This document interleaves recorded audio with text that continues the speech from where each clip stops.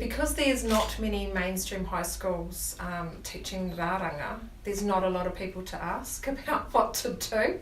So it was like a 6-month research and information collating, summarising process, having to ask the iwi and the hapu and whānau if they would support me.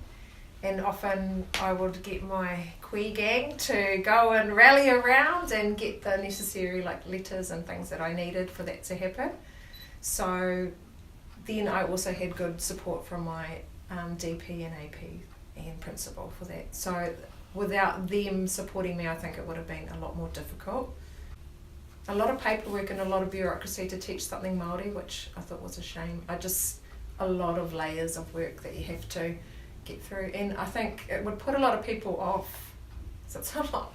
It's confronting. It's bureaucratic, and you have to persevere with it. But I'm so pleased I did, because we've got it forever now.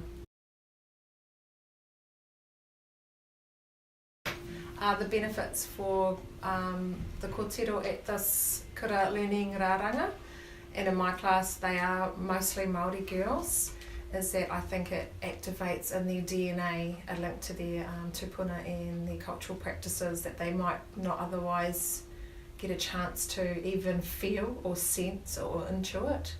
And I can see the difference it's made to them. I don't know, there's just an air of confidence, and they will work for the whole time quietly. I don't have to do anything, and they take a lot of pride in their work, and they are naturally good at it. They don't need a lot of teaching, just a few tips here and there, and then they'll teach each other. And I can see that being with them for the rest of their lives, that connection, yeah.